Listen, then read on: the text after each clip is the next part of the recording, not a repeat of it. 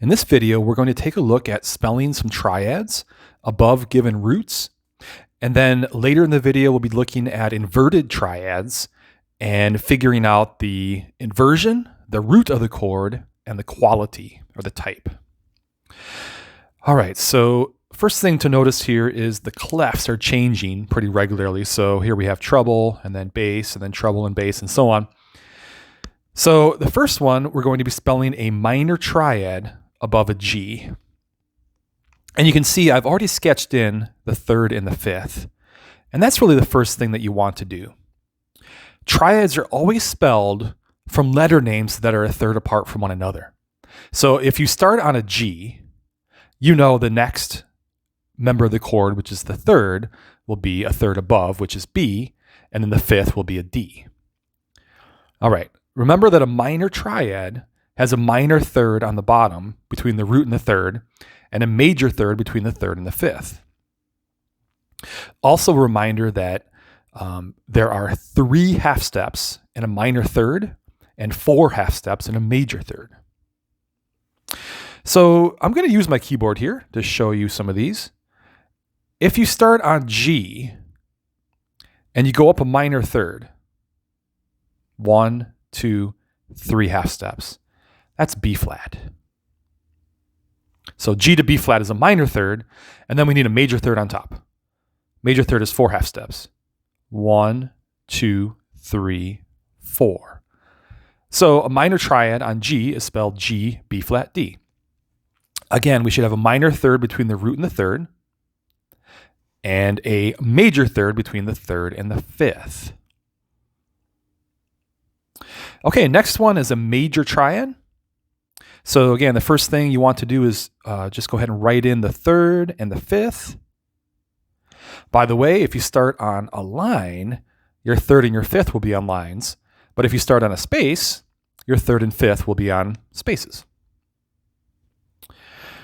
Okay, major triad. Major triad has a major third between the root and the third, and a minor third between the third and the fifth. Let's take a look at C sharp. So here's C sharp, and I want to go 4 half steps above. That's a major third.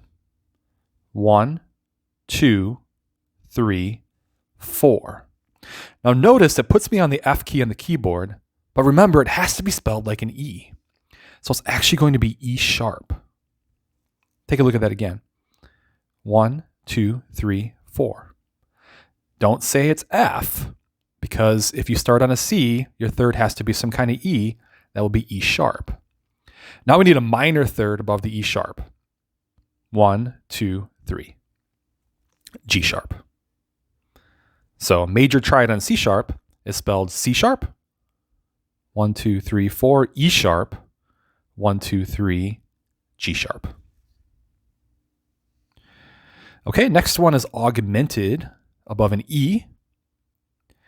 And an augmented triad has a major third between the root and the third, and a major third between the third and the fifth. So 2 stacked major thirds. Major thirds have 4 half steps. So again, first thing, write in your third and your fifth.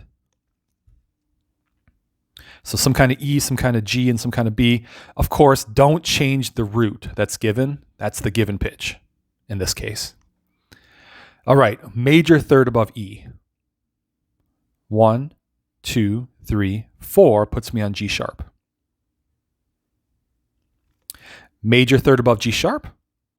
1, 2, 3, 4. And again, really important to notice it's not C. It has to be some kind of B. So it's B sharp. So augmented on E goes E. 1, 2, 3, 4. G sharp. 1, 2, 3, 4. B sharp. 2 stacked major thirds. Okay, and in the bass clef here, we have a D, and we want to write a diminished triad above D. Well, a diminished triad is 2 stacked minor thirds. So a minor third between the root and the third, and a minor third between the third and the fifth. And a minor third has 3 half steps. So again, first thing, write in your third and your fifth. If you start on D, you know the third is some kind of F, and the fifth will be some kind of A.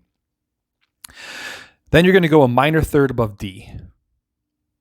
1, 2, 3. So D to F is already a minor third. We don't have to mark anything in. And then a minor third above F. 1, 2, 3. A flat. Okay, so diminished on D, D, 1, 2, 3, F, 1, 2, 3, A flat. Notice it's not G sharp because F to A is a third, so it has to be A flat. Okay, here's some more triads to spell. The first one, we want to spell major in the bass clef above a B. So first thing, I'm going to write in my third, some kind of D, and my fifth, some kind of F.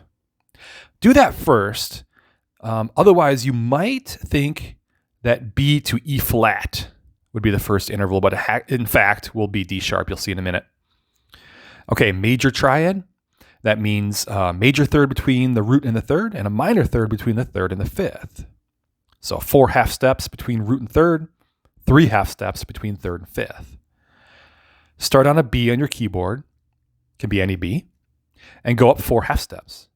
1, 2, 3, 4. Okay, here's a B. 1, 2, 3, 4 half steps. D sharp. Then we need a minor third above D sharp, which is 3 half steps. 1, 2, 3. Puts this on F sharp. Okay, so major above B, B, D sharp, F sharp. The next one is a minor triad above F sharp in the treble clef. So first thing, I'm going to sketch in my third, which is some kind of A, and then my fifth, which will be some kind of C. Minor triad has 3 half steps between the root and the third, minor third, and 4 half steps between the third and the fifth, major third. Here's F sharp. 1, 2, 3 puts us on A. 1, 2, 3, 4, C sharp. So minor above F sharp, A, C sharp. Okay, next one is diminished, and it's above an A.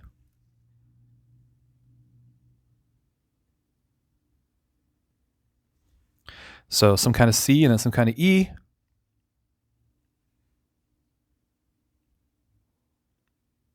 And a diminished triad, 2 stacked minor thirds. So start on A and go 1, 2, 3 to C, and then 1, 2, 3 to E flat. A, C, E flat, diminished on A. Okay, and the last one we're going to take a look at here is augmented on B flat.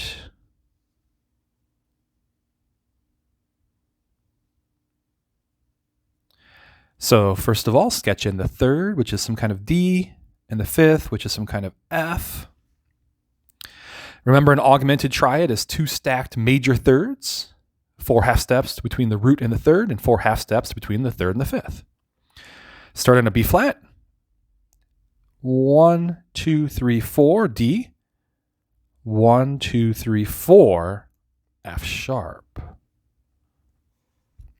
Now, it's not very common that you'll have a flat and a sharp in the same chord, but it actually works out that augmented on B flat does combine a flat and a sharp together. Let's take a look at it again. Here's B flat. 1, 2, 3, 4. 1, 2, 3, 4. It has to be an F sharp, not a G flat, because B flat is the root, some kind of D is the third, and some kind of F, in this case F sharp, will be your fifth. All right, now we're going to take a look at some triads that are inverted. And we're going to identify the inversion. And your choices for this are going to be either root position, first inversion, or second inversion. And then we're going to identify the root of the chord. And then we're going to identify the quality. Now, when you're looking at these, the very first thing that you want to do is to identify the chord in root position. So let's take a look at the pitches. Here we have a G, here we have a B flat, and here we have an E flat. you want to arrange those three pitches so that they're all a third apart from one another. To do that, you would start with E flat.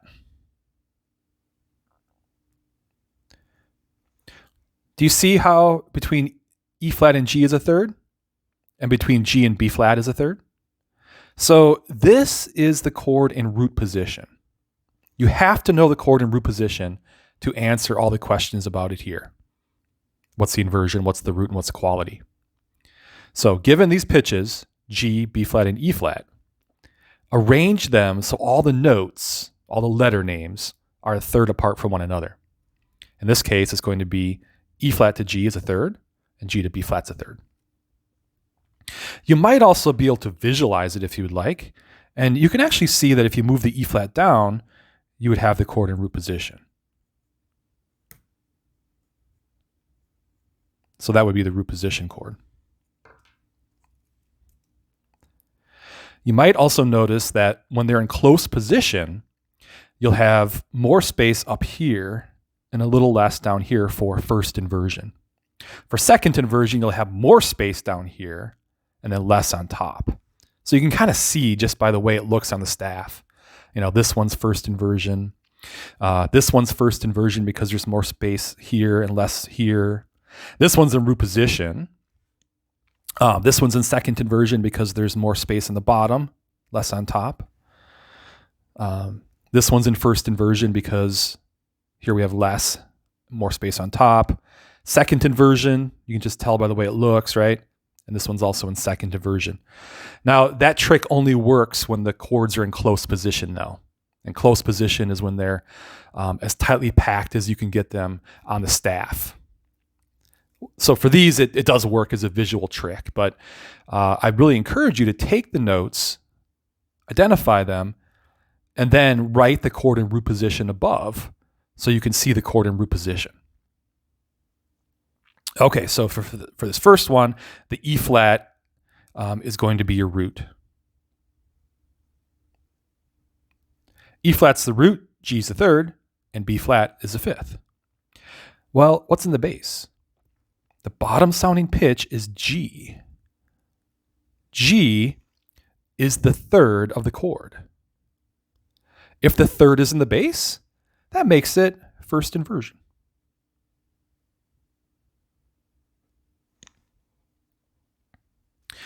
And then what's the quality? To think about the quality, definitely look at the chord in root position. You have to look at the distance from the root to the third, and then the third to the fifth. So again, in order to think about the quality of the chord, you definitely need to see the chord in root position. So there it is. And let's take a look at that. E flat to G. 1, 2, 3, 4. G to B flat. 1, 2, 3. 4 half steps and 3 half steps makes it major.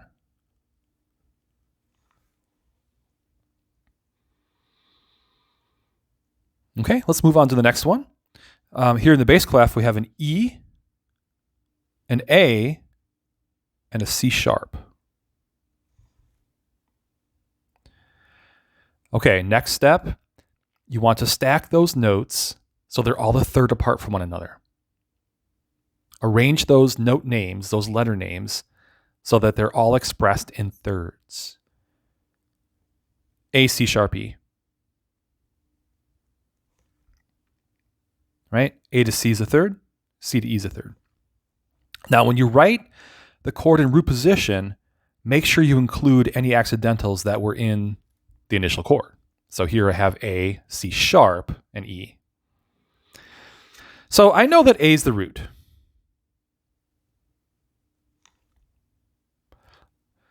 E is the bass note. And do you see how that's the fifth of the chord? So that makes it second inversion. You can also see the visual trick that I showed you in that there's more space down here and then less above. Whereas in first inversion, you'll have more space above and less below. And of course, in root position, you'll have them all on adjacent spaces or adjacent lines. Okay, and then last thing, the quality. Again, make sure you're looking at the root position chord to determine the quality. And here we have A to C sharp, and then C sharp to E. Let's take a look at that. A, 1, 2, 3, 4 to C sharp, 1, 2, 3 to E. So again, we have 4 half steps and 3 half steps. That makes it major.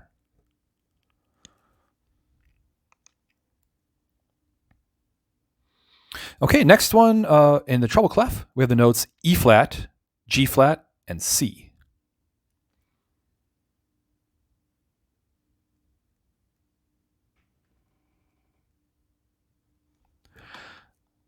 Okay, make sure you write that in root position. You might be able to visualize just putting the C below.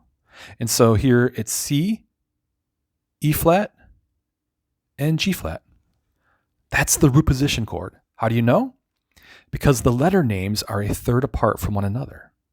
C to E flat is a third, E flat to G flat's a third. So you know right away the root is C. C is the root, E flat's the third, G flat's the fifth. But what's in the bass? Well, notice the E flat is the lowest sounding pitch here in the chord. That's the third of the chord, so it is in first inversion. And then the quality, remember to look at the root position chord to determine the quality. C to E flat to G flat. Use my keyboard. So C to E flat, 1, 2, 3. E flat to G flat, 1, 2, 3. 2 stacked minor thirds, that is diminished.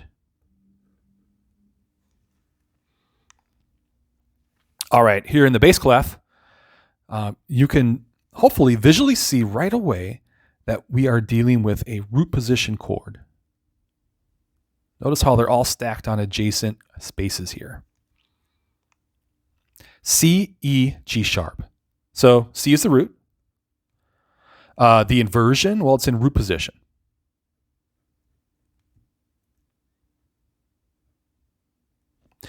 And then the quality, C to E, E to G sharp.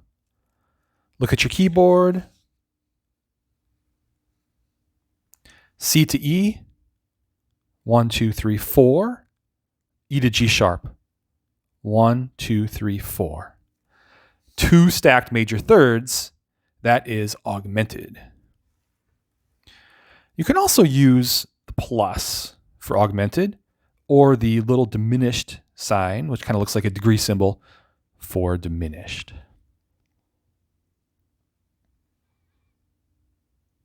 All right, we'll finish up with these last 3. Here in the treble clef, we have A, C sharp, and F sharp. Again, the first thing you want to do after you identify the note names is to stack these pitches, these letter names, so they're all a third apart from one another. In this case, it's going to be F sharp, A, and C sharp. That's root position because F sharp to A is a third, A to C is a third, in the way it's spelled. So you know right away the root's F sharp. Okay, the bass note is A. That is the third of the chord. So it's first inversion. And then F sharp, A, C sharp. Make sure you take a look at the root position chord to determine its quality.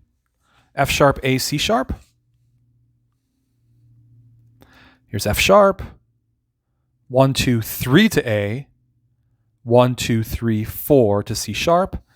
So we have a minor third and a major third. That chord is minor.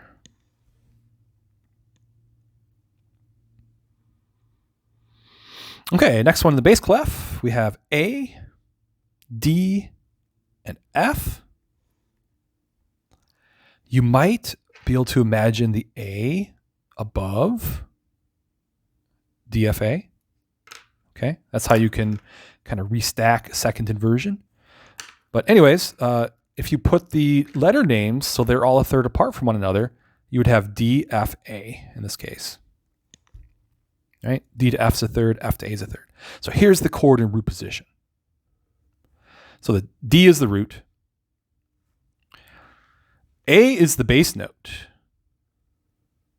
A is the fifth of the chord. That makes it second inversion. Remember, the inversion is controlled only by what's in the bass. The bass note, the bottom, the lowest sounding note of the chord, determines the inversion. If you have the root in the bass, it's root position. If you have the third in the bass, it's first inversion. And if you have the fifth in the bass, it's second inversion. Okay, D, F, A. Well, D to F is a minor third, and F to A is a major third. So this is a minor triad.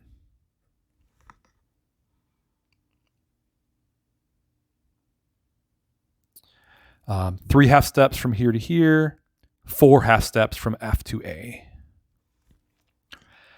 Okay, last one. We have D sharp. This is in the treble clef, G sharp, and B sharp.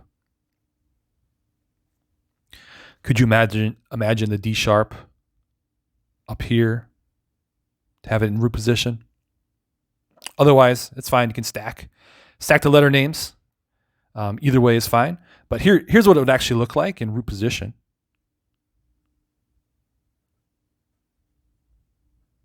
Either way is fine to think about. Or letter names. So G to B to D. And again, don't forget to write your sharps in. If they were originally on the music here, you have to include them when you write the letter names. So the root is G sharp.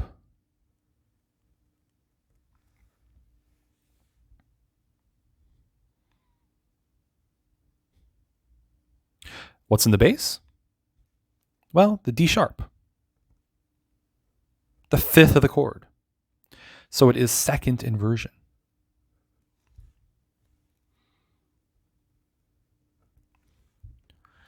And then the quality, you want to think about the distance from G sharp to B sharp, and then B sharp to D sharp. Let's look at a keyboard. G sharp to B sharp. 1, 2, 3, 4. Remember, this is B sharp. And then to D sharp, 1, 2, 3. Let's look at that again. So here's G sharp. 1, 2, 3, 4 to B sharp. 1, 2, 3 to D sharp. 4 half steps between the root and the third, and 3 half steps between the third and the fifth. What does that make? That makes a major triad. So 4 half steps between here and here, 3 half steps between here and here.